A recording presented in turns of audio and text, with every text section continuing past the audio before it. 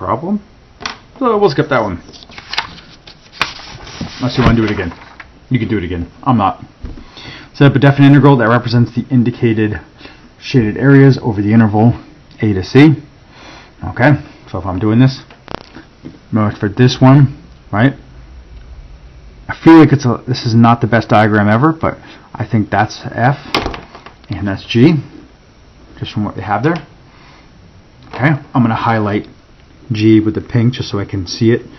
Remember that first video I messed up a couple times just because I couldn't trace very well, so I'm going to make sure I don't make that mistake again. So for that first integral, it's going to be, the pink is the larger one, so g of x minus f of x dx, and that's from a to b.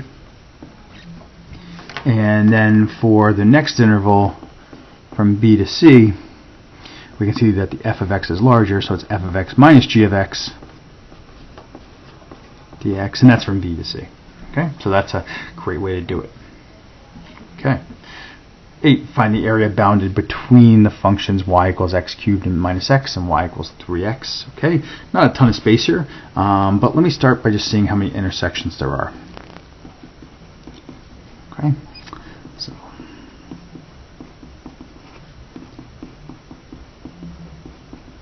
so I can see that 0 is a potential answer, and then plus or minus 2 for this one. Okay, so we have a couple different answers here. So if I'm going to graph these, I'm going to run out of space probably. Put it right there.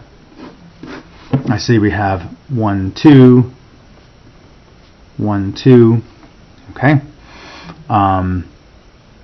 Oops, I put them as zeros. Whoops, my mistake. All right, but those are all intersections. Sorry, 3x. It's going to be kind of steep like this.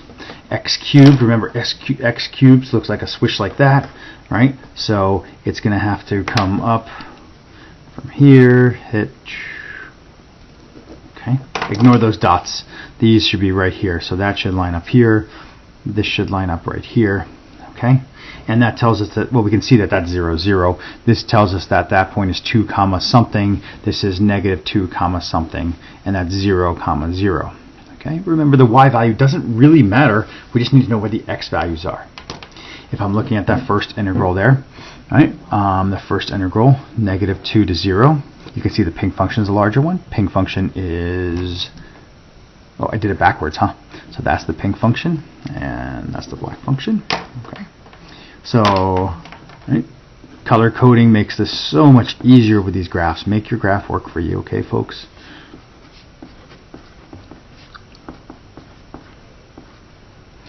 Okay, so now it's the black function on top. Okay, and then it's just now it's a whole bunch of integration for ourselves. Okay, yeah. So you can just integrate it, and I'll post that solution online, but I'm not going to go through it here because that's a lot of work and I don't have a lot of space.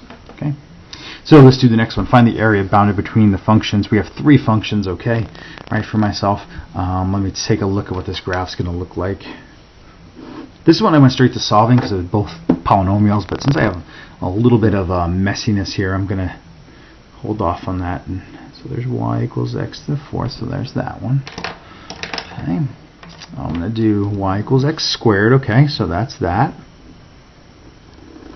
Okay, and then y equals the square root of 1 over x is going to be this graph coming down here, and this is all going to be from, you know, all my graphs that we did in Algebra 2. Okay. Okay. Well, for this one, this is not the greatest problem in the world because there's 2 different regions. You could have this region or you could have this region because both regions are bounded by those 3 functions. Okay. I'm going to guess that the intent of this problem was to get this region. Okay. The reason I say that is if we did this one over here, it would be not very much fun. It'd be a really tough one to integrate.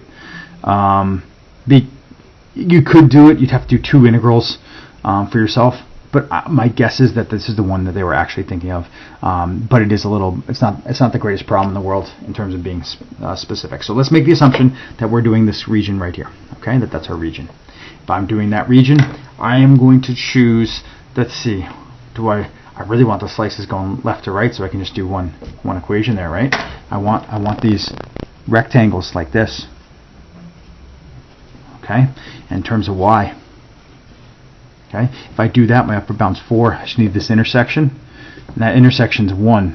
How do I know it's 1? Well, just because I know 1 squared is 1, and 1 divided by 1 is 1. So 1 is a point, and that's just kind of remembering my functions from algebra 2. I'm going to move this out to the side a little bit. I think we might need more space. Pink is y equals x squared. Remember, since this is a dy, I have to solve this. Okay, and so if I do, I'll have x equals the plus or minus the square root of y. Okay, which one do I want, the positive or negative? Well, we're on the positive side, so we choose the positive. If we had been on this side, we would choose that negative, but because we're on this side here, that's the positive side for ourselves. So we're going to use that one. And then the blue function as the lower bounds. Again, it's y equals 1 over x, right? Solve for, you have to get, solve for x so that y is all by itself. X equals 1 over y, y to the negative 1, 1 over y being y to the negative 1. Okay? So really, yeah, it's a little bit of algebra there, but that's a really easy one to integrate. We can do that, right? So that's why I always try to just kind of find the best way. Oh, that's an ln of y. Okay, so we have ln. Okay, we have to deal with that. We're plugging in from 4 to 1. It's actually going to work out pretty well because 4 has a square root, right? So it's 2, so that's going to be 16/3 minus the ln of 4.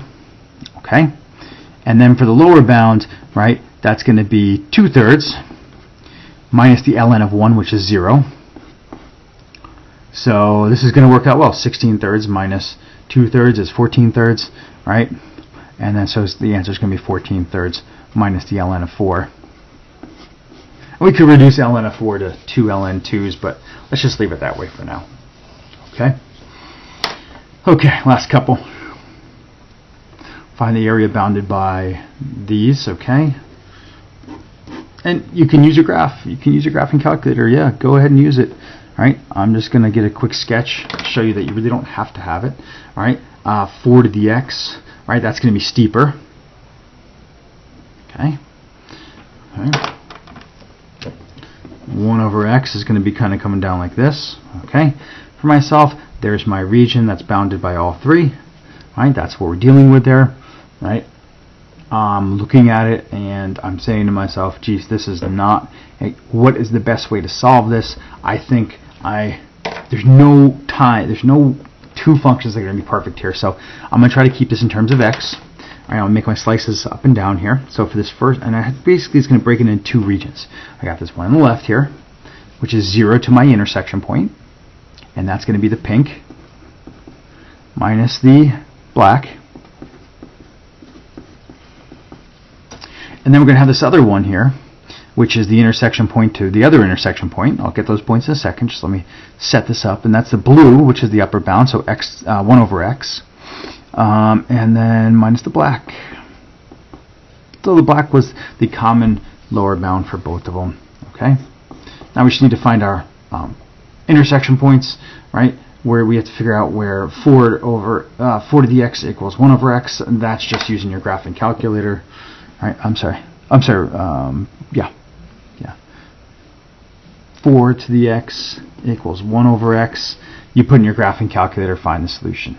Okay, same thing here, right? You're going to figure out where 2 to the x equals 1 over x. Again, that's why it's a calculator active problem. You get those intersections and you put those in. Okay, so right, this will, whatever that is, right? Right, this is going to be your lower bound, or we'll call this a.